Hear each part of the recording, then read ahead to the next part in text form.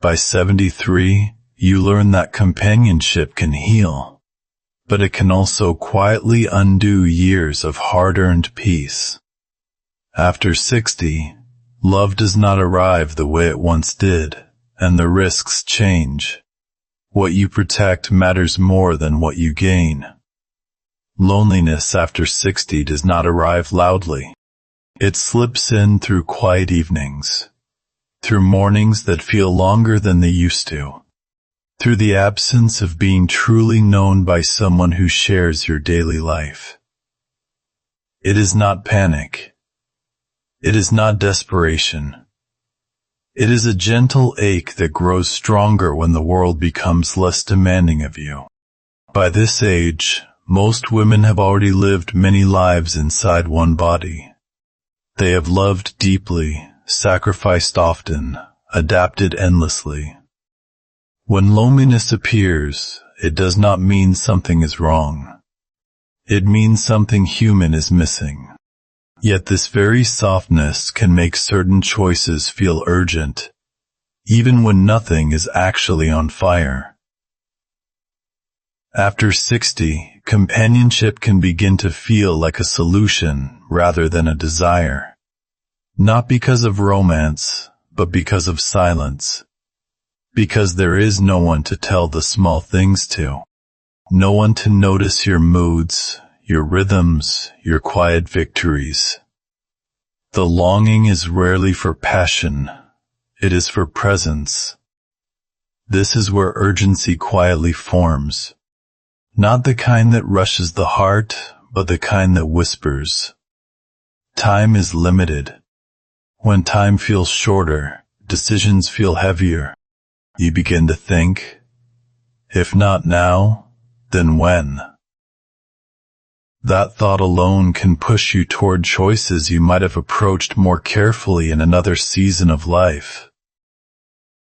Loneliness narrows perspective. It does not erase wisdom, but it can temporarily dim it. Emotional gaps start to look like invitations. A kind word feels larger. Attention feels warmer. Compatibility may feel assumed simply because someone is available and interested.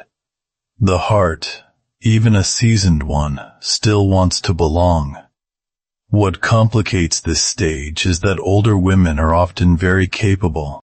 They manage their homes, their health, their finances.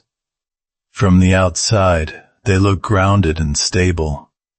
So when loneliness appears, it feels private, almost embarrassing. Many do not speak of it openly. Instead, they try to resolve it quietly. That quiet resolution is where urgency takes root. Decisions are made internally, without reflection, without the pause that wisdom deserves. The desire to no longer feel alone can outweigh the need to protect peace. The question subtly shifts from, is this right for me? To, is this better than being alone? It is deeply human, but it is important to name it honestly. Loneliness after 60 does not mean you need to change your life. It means you need to understand what you are truly missing. Often, it is not a partner. It is being seen without obligation, being heard without having to perform, being valued without having to give something back. When urgency leads the way, boundaries soften too quickly.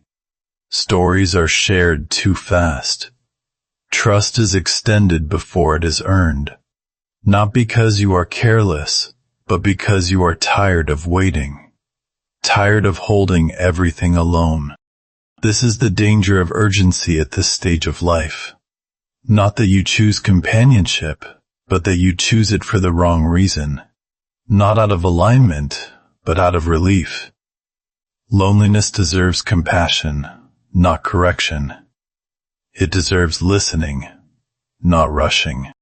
When you slow down enough to sit with it, Loneliness often reveals something important.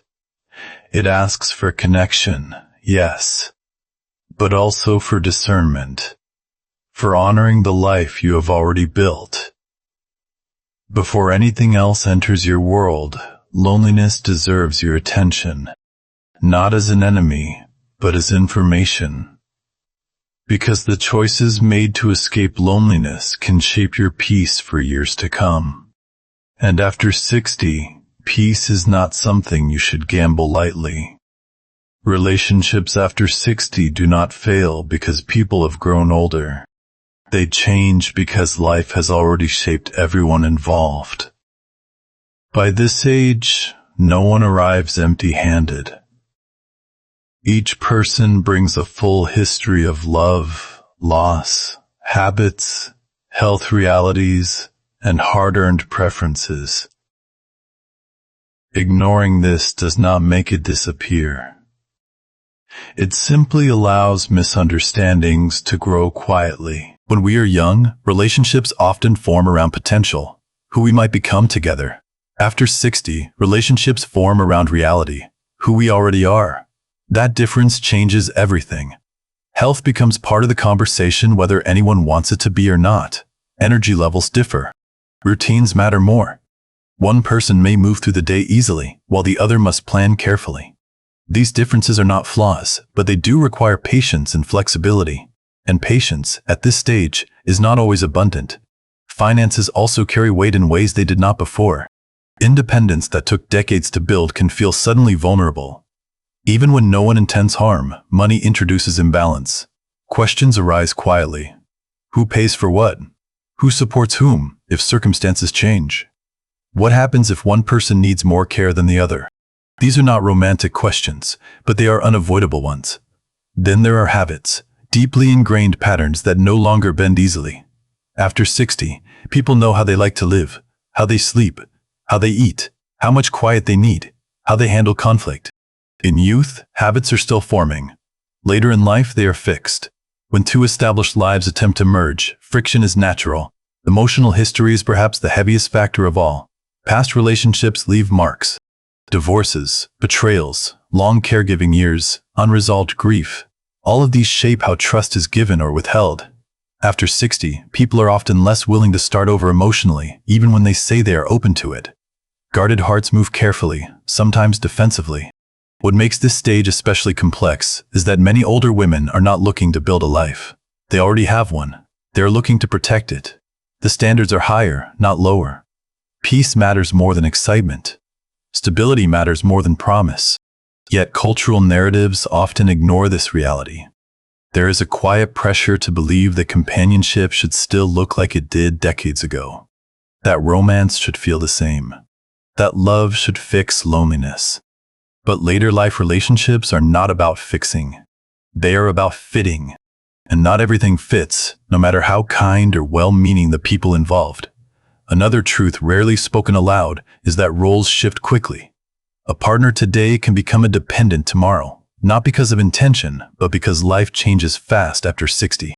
Many women who once cared for spouses, parents, or children sense this risk intuitively. They may not articulate it, but their bodies remember the cost of caretaking. This awareness creates tension. Wanting closeness while fearing responsibility. Wanting warmth while guarding autonomy. These are not contradictions. They are signs of wisdom earned through experience. Understanding how relationships change after 60 is not about closing the door to connection. It is about opening your eyes fully. About seeing partnership not as rescue or reward, but as a complex joining of two full lives. When this reality is acknowledged, choices become calmer, slower, more deliberate, and deliberation, at this stage of life, is not hesitation. It is self-respect.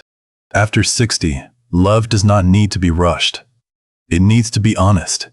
Freedom rarely disappears all at once. It fades in pieces so small they feel harmless at the time. After 60, this kind of quiet shrinking can happen inside relationships that appear loving, respectful, and safe. There is no villain, no clear wrongdoing, only a gradual reshaping of life that goes unnoticed until something essential feels missing. It often begins with accommodation.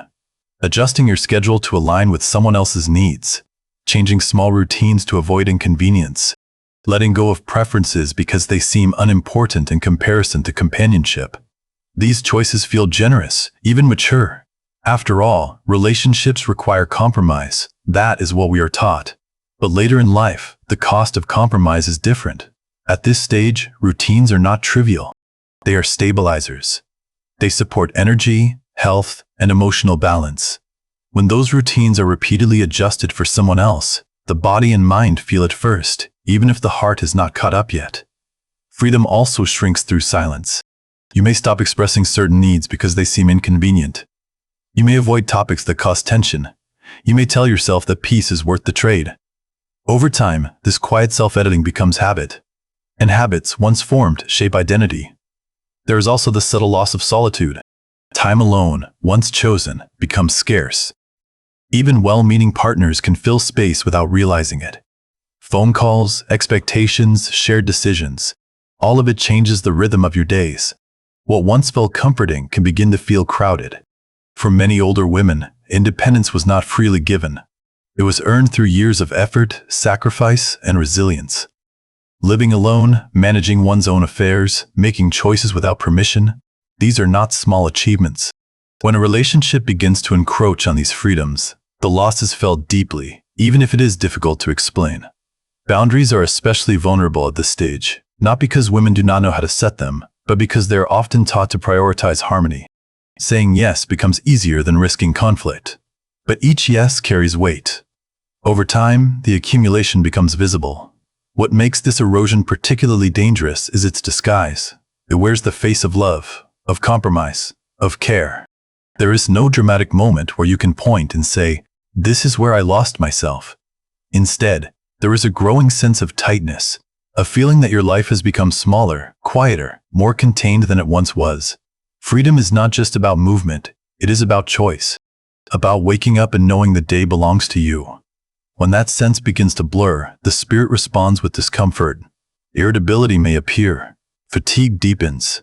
Joy feels harder to access. These are not signs of aging. They are signals. The hardest part is acknowledging that something meaningful has been lost without blaming anyone. It requires honesty without resentment, clarity without guilt. Later life relationships demand a different kind of vigilance, not against harm, but against gradual self-erasure. Love should add to life, not replace it. Companionship should widen your world, not narrow it. Recognizing the subtle ways freedom can shrink is not an argument against connection. It is an invitation to remain awake within it. Because after 60, freedom is not negotiable. It is foundational. And once it begins to slip away, getting it back is far harder than protecting it in the first place. By the time a woman reaches her 70s, she has usually lived many lives inside one body. She has been someone's daughter, partner, mother, worker, caregiver, and emotional anchor. Even when those roles are long finished, the instinct to carry others does not disappear. And in later life relationships, that instinct is often quietly expected to return. It rarely begins with a request. It begins with assumption. A partner shares his worries more often than his joys. He leans on her to remember appointments, manage moods, smooth conflicts, or provide reassurance. None of this feels unreasonable at first. In fact, it feels familiar. This is what women have always done. They hold space, they listen, they adjust. But emotional labor has weight, especially after 60. Energy is no longer endless. Patience has limits. What once felt natural can now feel heavy, even when love is present. The imbalance grows slowly. One person offloads, the other absorbs. There is also the expectation of physical caretaking, sometimes unspoken but clearly implied. Health concerns become part of the relationship earlier than they once did. A man may still be independent, yet subtly rely on his partner to monitor his well-being, manage his diet, or adapt plans around his limitations. The line between partnership and caregiving blurs. For many older women, this is not a theoretical concern. They have already lived through years of caretaking. They know the cost. They remember how it reshaped their days, their sleep, their identity. To sense that possibility returning can awaken quiet resistance and equally quiet guilt for feeling it. What makes this dynamic especially difficult is its invisibility. Emotional labor is rarely acknowledged. There is no thank you for anticipating needs, for regulating moods, for maintaining emotional balance. It becomes background noise. Expected. Normal. Over time, joy begins to thin. Not because the relationship is cruel or neglectful, but because it is uneven. One heart carries more weight than the other. One life bends more often, and bending even gently requires strength. Many women hesitate to name this imbalance because they fear seeming unkind or ungrateful. After all, companionship later in life is often framed as a blessing. To question it feels almost indulgent. But unexamined expectations have consequences. They drain energy. They dull curiosity. They replace lightness with responsibility. There is also the emotional memory that surfaces. Old patterns return. The sense of being needed more than being seen, of giving more than receiving. These patterns can feel deeply familiar, which makes them harder to challenge. Later in life, time becomes more precious, not less. Every year holds weight. Spending those years in quiet, emotional labor, without balance or recognition, slowly erodes the sense of self. It becomes harder to feel fully alive when so much attention is directed outward. This is not an argument against care. Care is human. Care is love. But mutual care is sustaining, while one-sided care is consuming. The difference matters. Recognizing caretaking expectations is not about assigning blame. Often, partners are unaware of the imbalance. They have lived in systems that train them to lean. Awareness, however, begins with honesty, first with oneself. After 60, joy should not be something earned through exhaustion. Emotional connection should feel nourishing, not draining. A relationship should not quietly recreate the very roles a woman thought she had finally laid down. Protecting energy at this stage is not selfish. It is wise. Because without energy, even love begins to feel like work. By the time a woman reaches her 70s, peace is no longer an abstract idea. It is felt in the body. It lives in quiet mornings, familiar routines, and the freedom to move through the day without explanation. After decades of adjustment and compromise, peace becomes something deeply personal and carefully protected. Choosing companionship after 60 does not have to mean surrendering that peace. This is where many assumptions quietly fall away. Connection does not only live inside romance. Warmth does not require partnership. Security does not demand sacrifice. For some women, this realization arrives slowly. After stepping back from dating or relationships that felt heavy, they notice something unexpected. The loneliness they feared does not grow. Instead, a different fullness appears. Time stretches. Energy returns. Decisions feel lighter when they belong to one person alone. Friendship often becomes the truest form of companionship at this stage. Friends arrive without expectation of caretaking. They share laughter, memory, and understanding without reshaping daily life. A phone call can be enough. A shared walk. A quiet cup of coffee. These connections offer presence without pressure. Community also takes on new meaning. Neighbors who check in. Familiar faces at places visited regularly. Small rituals that create belonging without obligation. These forms of connection are gentle. They fit around a life rather than demanding the life bend around them. There is also the companionship of self-trust, something many women did not fully possess earlier in life. Knowing how to care for oneself emotionally. Recognizing limits without guilt. Understanding what feels right and what does not. This inner companionship grows stronger with age, not weaker. When peace is established, the desire for partnership changes shape. It is no longer about filling a gap or avoiding solitude. It becomes a question of compatibility at the deepest level. Does this person add calm or complexity? Ease or effort? Expansion or contraction? Some women do choose romantic connection later in life, but on different terms. Separate homes. Clear boundaries. Independence preserved. Love, when chosen carefully, can coexist with peace. But it must be additive, never consuming. Others decide that romance has already played its role in their story. That chapter feels complete. This choice is often misunderstood by a culture that equates fulfillment with partnership. But fulfillment, especially after 60, looks different. It looks like sovereignty. It looks like rest. It looks like living without constant emotional negotiation. There is a quiet confidence in choosing what sustains rather than what is expected. It takes courage to say no to narratives that no longer fit. It takes wisdom to recognize that peace is not something to risk lightly.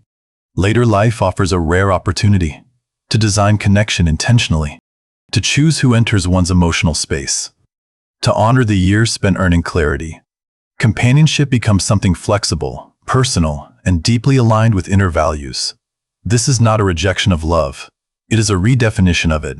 Love becomes spacious. It includes friendship, self-respect, and the freedom to live without constant compromise.